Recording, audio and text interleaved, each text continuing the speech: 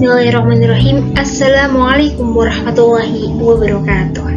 Sebelumnya, perkenalkan, nama saya Juliasi Sulami dari Prodi Pendidikan Kimia Universitas Islam Negeri Sunan Kalijaga Yogyakarta, Angkatan 2021. Dalam video kali ini, saya akan memberikan materi tentang peran perempuan dalam pencegahan dan pemberantasan korupsi.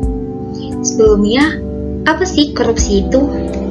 Kata korupsi berasal dari bahasa Latin dari kata corruptio atau corruptus, sementara dari bahasa Belanda berasal dari kata corruptie yang kemudian turun ke bahasa Indonesia menjadi korupsi. Sejarah harfiah, kata tersebut ialah kebusukan, keburukan, kebejatan, ketidakjujuran, dapat disuap, dan tidak bermuara. Menurut Kamus Umum Bahasa Indonesia Purwadarminta, korupsi adalah perbuatan yang buruk seperti penggelapan uang, penerimaan uang, sogok, dan lain-lain. Mengapa korupsi bisa terjadi? Nah, di sini ada dua faktor. Yang pertama, faktor internal atau faktor penyebab korupsi yang datang dari pribadi, dan yang kedua adalah faktor eksternal, adalah faktor penyebab korupsi karena sebab akibat dari luar. Kemudian mengapa sih korupsi itu bisa terjadi? Nah, di sini ada beberapa penyebab mengapa korupsi itu bisa terjadi. Yang pertama, adanya kesempatan untuk korupsi, kesejahteraan aparatur rendah dan menimbulkan dorongan untuk korupsi, latar belakang kultur yang merupakan sumber dan sebab meluasnya korupsi. Yang selanjutnya, manajemen yang kurang baik dan kontrol yang kurang efektif serta efisien, rasionalisasi, kondisi masyarakat yang hedonistik dan materialistik, dan yang terakhir adalah law enforcement. Nah, apakah korupsi itu berdampak buruk sih untuk masyarakat? Yang pasti, korupsi itu mempunyai dampak yang buruk. Yang pertama, runtuhnya demokrasi, peminimalisasian angka kemiskinan yang lamban, akses terbatas untuk masyarakat miskin, pelayanan publik dan jasa yang semakin mahal, tidak terpenuhinya hak warga negara.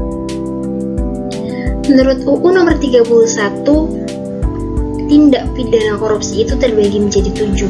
Yang pertama, kerugian keuangan negara, suap menyuap, penggelapan dalam jabatan, pemerasan, perbuatan curang, benturan kepentingan dalam penggadaan, dan gratifikasi. Nah, apakah perempuan dan korupsi itu mempunyai relasi? Alasan perempuan rentan terhadap praktek korupsi. Yang pertama, kurangnya informasi dan pemahaman hukum, kurangnya kemampuan untuk mencegah dan mengamankan diri agar tidak menjadi korban dari praktek korupsi, relasi kuasa yang tidak serentak dalam pengambilan keputusan di ruang publik, dan ketimpangan relasi gender. Mengapa sih perempuan bisa terlibat dalam pencegahan dan pemberantasan korupsi ini? Menurut studi perilaku yang dilakukan oleh David Dollar, Raymond Fehman, dan Roberta Gatti, perempuan lebih bisa dipercaya dan berjiwa kerakyatan. Kemudian studi komprehensif oleh Roberta Gatti, Stefano Fatemostro, dan Jamel Rigolini yang mengambil data dari 30 negara tentang sikap individu dalam menghadapi korupsi itu menyebutkan bahwa perempuan dianggap lebih anti koruptif dibanding laki-laki.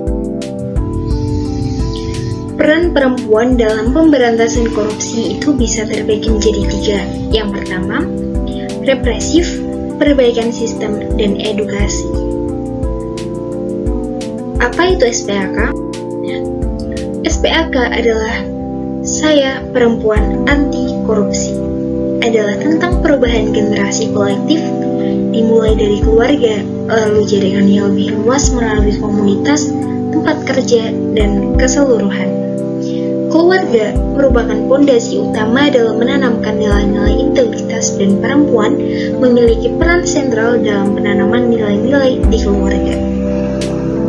Kajian KPK menunjukkan bahwa perempuan memiliki peran penting pembentukan karakter di keluarga dan masyarakat.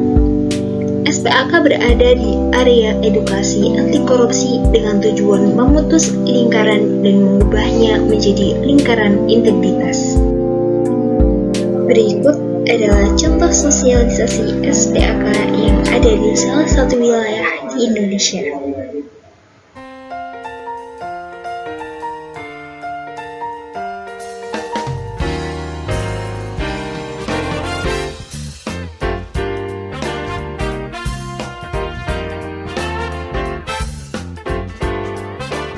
Peran ibu-ibu rumah tangga sangat penting dalam pencegahan korupsi sejak dini.